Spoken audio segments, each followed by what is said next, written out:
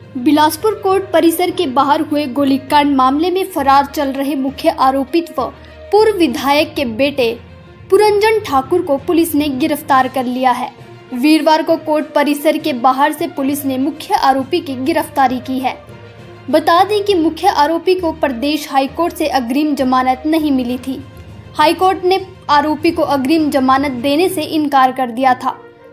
Court ने याचिका पर सुनवाई के उपरांत आरोपित को 27 जून सुबह 10 बजे तक पुलिस के समक्ष आत्मसमर्पण करने के लिए आदेश दिए थे। माननीय उच्च न्यायालय से जो पुरंजन ठाकुर है उन्होंने अपनी अग्रिम जमानत की याचिका लगाई थी। माननीय उच्च न्यायालय से वो जो जमानत याचिका वो खारिज हुई और उनके बाद उनको माननीय उच्च न्यायालय ने आदेश दिया था कि वो इन्वेस्टिगेशन एजेंसी को सरेंडर करें।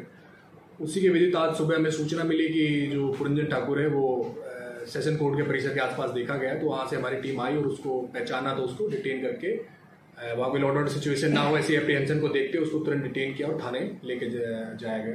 तो अभी वो हमारे पास पुलिस स्टेशन में वो पेश हुआ है, तो उसको हमें अभी आगे उसको आगामी जो इन्वेस्टिगेशन है उसमें उसको जोड़ दिया और आगे तफ्तीश जो है जारी है।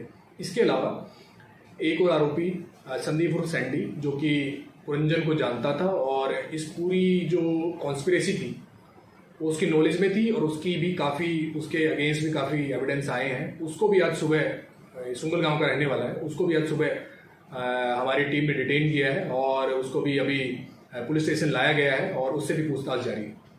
इनको मेडिकल करवाया, जो भी जरूरी जो इन्वेस्टिगेशन में होता है उनको आज कोर्ट पेश करके आगामी पुलिस रिमांड की हम रिक्वेस्ट करेंगे ताकि ये इन्वेस्टिगेशन पूरी की जा सके, उसकी तह तक जाया जा सके। इन्वेस्टिगेशन बहुत अर्ली स्टेजेस में है, जैसे जैसे और खुलेगा जैसे जैसे हम तफ्तीश कर पाएंगे आपकी इसकी भूमिका को और विस्तार से मैं आपको बता पाऊंगा। पर इसको पूरी कॉन्स्पिरेसी की जानकारी थी और ये लगातार जो शूटर है उससे भी टच में था और जो पुरंजन है उससे भी इसकी लगातार बातचीत थी और इसको पूरी जो पूरी घटना हुई उसकी पूरी नॉलेज में थी, वो एस्टैब्लिश हो गया। तो आगे अभी तफ्तीश जारी है, जैसे जैसे उसका रोल आएगा मैं आपको डिटेल में बताऊंगा। इन्वेस्टिगेशन आगे बढ़ेगी, इन्वेस्टिगेशन का विषय है, तो जैसे इनसे आज ही हमने इनको हमारे पास ही आए हैं, तो जैसे जैसे पूछताछ होगी थोड़ी स्टोरी और खुलेगी उसके बाद मैं आपको उसके बारे में विस्तार से बता पाऊंगा। उसका अभी जितना रोल आया है हम उसको तलाश कर रहे हैं जी। जैसे वो ज्वाइन करेगा उसके बाद उसकी जो भूमिका है वो एस्टैब्लिश हो पाएगी, उसका कितना रोल है कितना नहीं है, वो उसके इन्वेस्टिगेशन ज्वाइन करने के बाद और इन आरोपियों की पूछताछ के बाद ही उसकी भूमिका हम जो है क्लियर कर पाएंगे।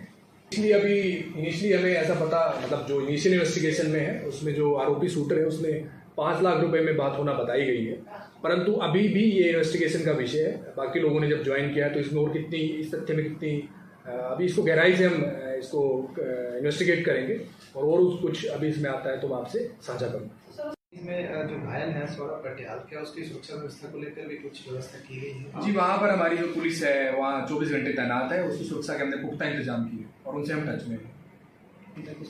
वो लगातार इन्वेस्टिगेशन ज्वाइन कर रहा है जी, हमने उसके बयान लिखे हैं। वो जांच का विषय है तो हम उसको इन्वेस्टिगेशन में लगातार वो हमसे जुड़ा हुआ है, उसके हम बयान हमने लिखे हैं और उससे जी वो कोऑपरेट कर रहे हैं।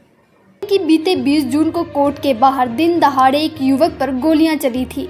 पुलिस की जांच में गोलीकांड का मुख्य आरोपी पूर्व विधायक बंबर ठाकुर का बेटा पुरंजन ठाकुर निकला। गोलीकांड के मुख्य आरोपी शूटर सनी गिल ने पुलिस पूछताछ में पुरंजन का नाम उगलते हुए कबूला था कि उसने सारी साजिश रची थी।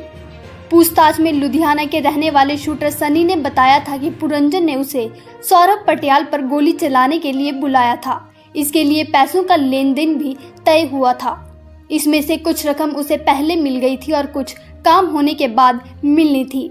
पुलिस के हत्थे चढ़े आरोपी सनी गिल ने बताया कि जिसने उसे रहने की जगह दी थी इसमें छात्र अनमोल शर्मा उर्फ गौरव जो अपने पिता के सरकारी आवास में चंगर में रहता है, उसने शूटर को अपने साथ रखा था।